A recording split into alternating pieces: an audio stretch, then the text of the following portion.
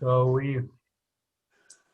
this is the second presentation that I'm calling Iceland, Ascension, and Creation. So let me get things going here.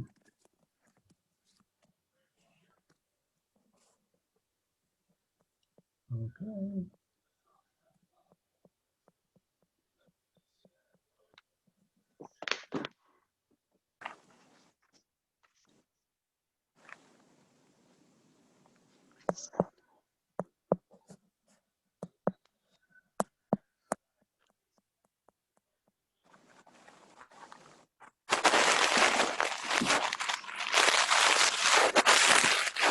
So, how did Iceland become a part of our sabbatical pilgrimage?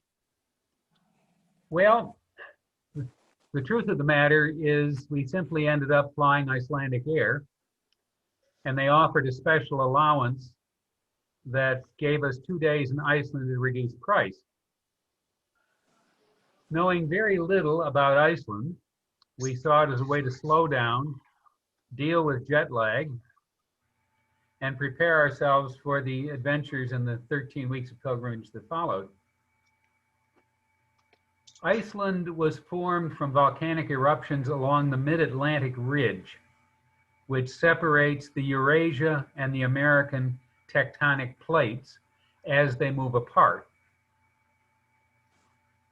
Iceland is the only place on that ridge where you can stand on the ridge in dry land. But because of the ridge, Iceland has a great deal of volcanic and seismic activities and is also well known for its many glaciers, including the largest glacier in Europe. Iceland was still uninhabited long after the rest of Western Europe had been settled.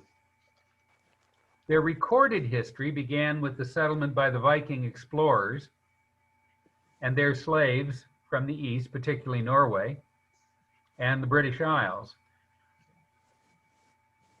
in the 9th century.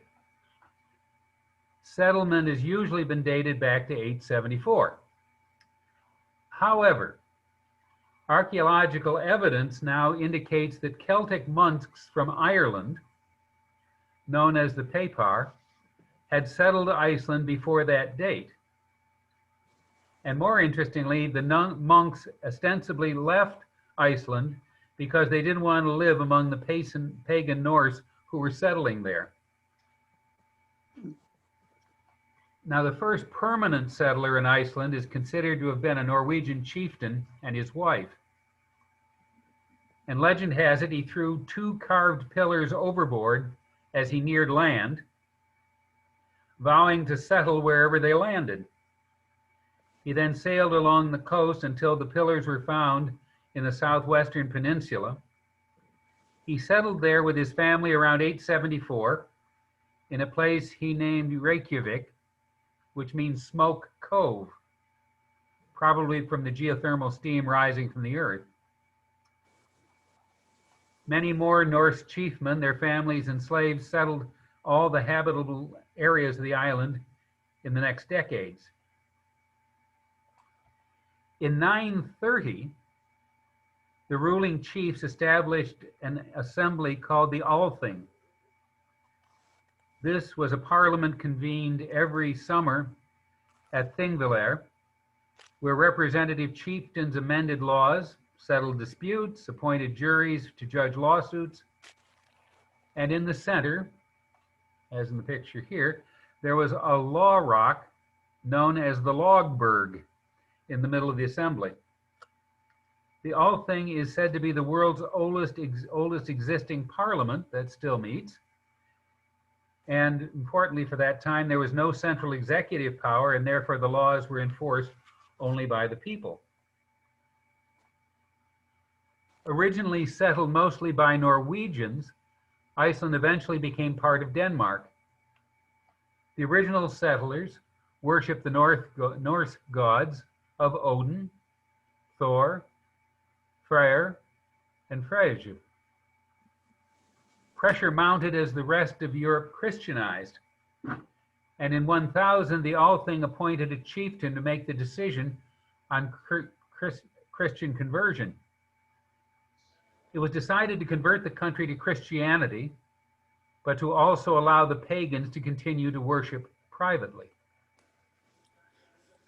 In the 20th century, Iceland gained sovereignty after World War I, becoming the Kingdom of Iceland in 1918. Iceland shared the Danish monarchy until World War II. Although Iceland was neutral in the Second World War, the United Kingdom invaded and peacefully occupied it in 1940 to forestall Nazi occupation after Denmark was overrun by the German Wehrmacht. Due to the island's strategic position in the North Atlantic, the Allies occupied the island until the end of the war, with the United States taking over occupation duties from the British in 1941. Following the Second World War, Iceland was a founding member of the North Atlantic Treaty Organization and joined the United Nations 1 year after its establishment.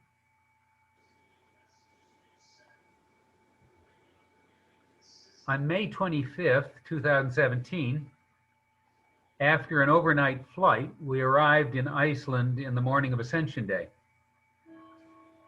We took a shuttle bus into Reykjavik. Finding our hotel, we got a bit of rest and later went out for a walk to see the city. We found the Östervaller, East Field, which was so named when Reykjavik was primarily a farm. Over time, the use of the Östervaller has changed and it's now a public green space with public art like this statue and gardens in the city center.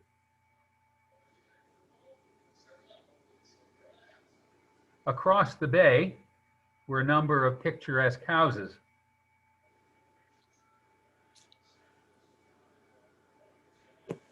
In 1790, the Reykjavik Cathedral was built at the edge of the Östervaller. And in 1931, a statue of Jan Sigurðsson, a leader of Iceland's 19th century independence movement, was erected next to the cathedral.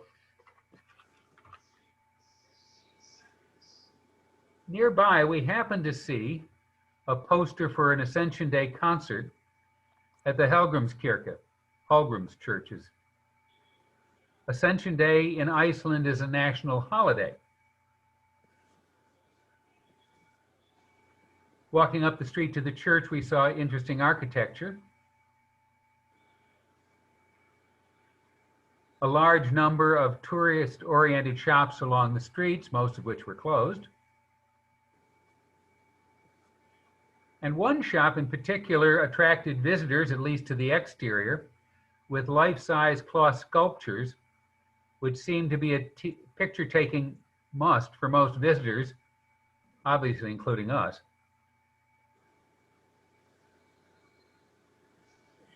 The Hallgrímskirkja is a landmark that can be seen throughout the city. The church was designed by the state architect in 1937. He is said to have designed it to resemble the rocks, mountains, and glaciers of Iceland's landscape.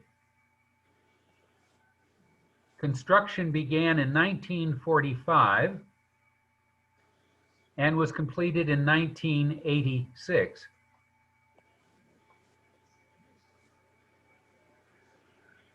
Near this church is a statue of explorer Leif Erikson, and the statue itself, we discovered, was a gift to Iceland from the people of the United States.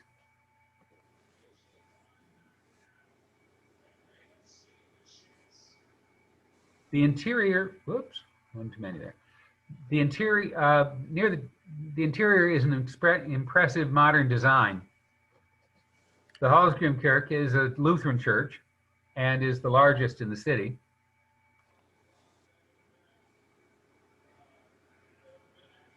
It has a significant music program with 2 choirs, a marvelous organ, and frequent public offerings. The concert was by the Schola Cantorum, which has traveled widely in Europe and produced a CD of Icelandic a cappella choir music that Nancy calls hauntingly beautiful. The concert was comprised of contemporary and primarily Iceland or Nordic composers. The concert was simply the breathtaking sound of a cappella music resounding through this cavernous space.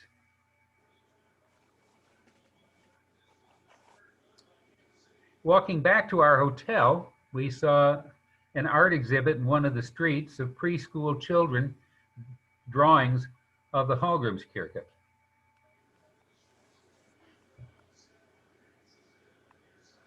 The next day, we went in different directions, as Nancy took an excursion to see some of the natural wonders of this volcanic island. I stayed in the city primarily to get over jet lag and not to be confined on a bus all day. So I did more urban sightseeing. I returned to the Roman Catholic Cathedral and discovered that there would be an organ concert by a German organist later in the afternoon. So heading off to a restaurant for lunch, I came across another piece of public art called the Water Carrier, which was sculpted in 1937 to honor all of the women who had daily carried water from the town pump to their homes in the many, many years before the city water system was installed. Returning to the Domkirchen, I found it to be a small but beautifully appointed church. I especially liked the sculpted baptismal font and the painting of the resurrected Christ behind the altar. The organ was in the rear choir balcony. The concert program was mostly Baroque and 19th century composers. A delightful program and another instance of an unexpected gift of music that ended up being an unplanned addition in many places to our pilgrimage. Nancy had meanwhile joined the Icelandic nature tour. Departing from the city, Nancy began to quickly appreciate the unique beauty of this land.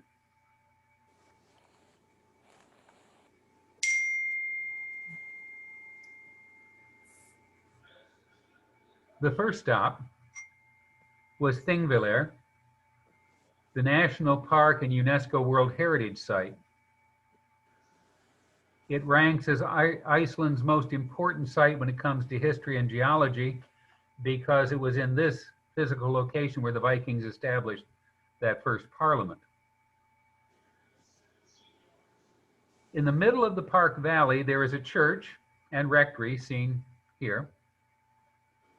And it's there because the church predates the area that was turned into a national park.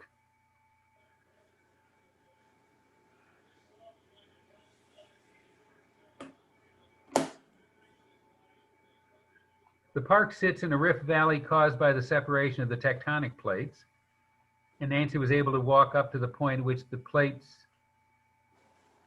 closely abut one another, seen in this visible rift.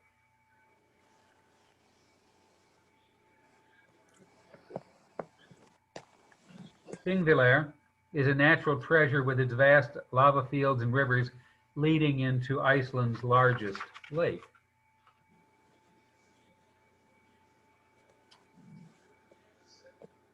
The next stop was at the geyser area, which offered steam vents,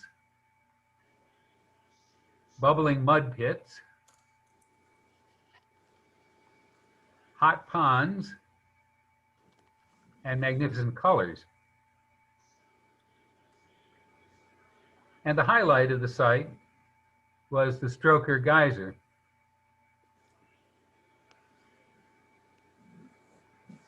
Stroker performs natural and powerful eruptions spouting water and steam some 20 meters up about every 10 minutes. The Great Geyser in Iceland has been active for approximately 10,000 years and was the first geyser known to Western man. Leaving the park, Nancy saw these Icelandic ponies. They are small, sturdy animals. In fact, Nancy was taller than they were.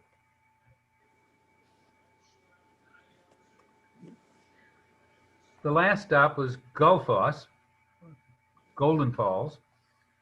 Gullfoss is one of Iceland's most majestic waterfalls. The water originates in a glacier and gets its name from the golden hue it gives off as it tumbles downward into the canyon. The waterfall drops down a 105-foot crevice in 2 stages.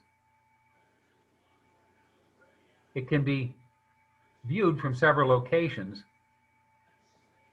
And walking down a staircase, the waterfall viewed from this observation point seems to vanish into the earth.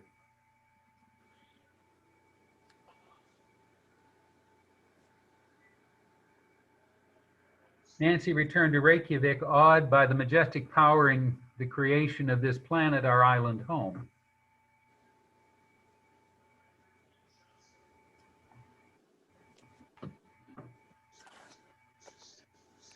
The next time we'll be looking at Aberdeen, Scotland, where America's first bishop was consecrated, and also find a visit to Scotland's oldest jail and the Dunatar Castle.